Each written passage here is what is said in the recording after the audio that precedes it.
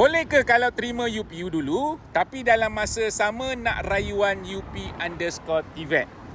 Bagi menjawab persoalan ni, saya yakin dan pasti ramai adik-adik kita sekarang ni dalam situasi yang sama. Sekarang ni adalah fasa dilema. Sebelum ini, fasa orang kata apa, berdebar nak dapat keputusan SPM. Fasa nak tahu dapat keputusan UPU ataupun UP_TVET. Sekarang ini adalah fasa dilema terutamanya kepada adik-adik kita yang boleh katakan yang dapat banyak tawaran. So untuk menjawab persoalan ni, kongsikan video saya ni, berikan kepada kawan-kawan kita yang dalam fasa dilema.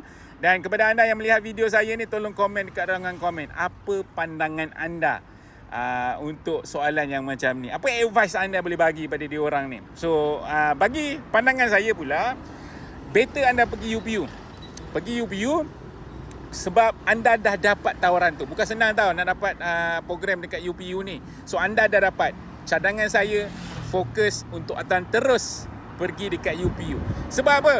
Pada masa yang sama tak ada masalah anda nak apply dekat UP_TVET, terutamanya dalam rayuan.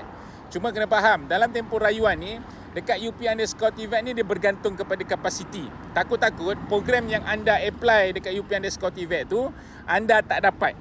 Better anda pergi ke tempat yang anda dah confirm dapat.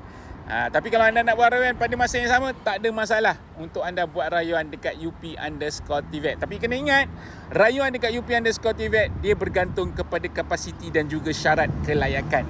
Dan itu antara perkara yang anda perlu faham.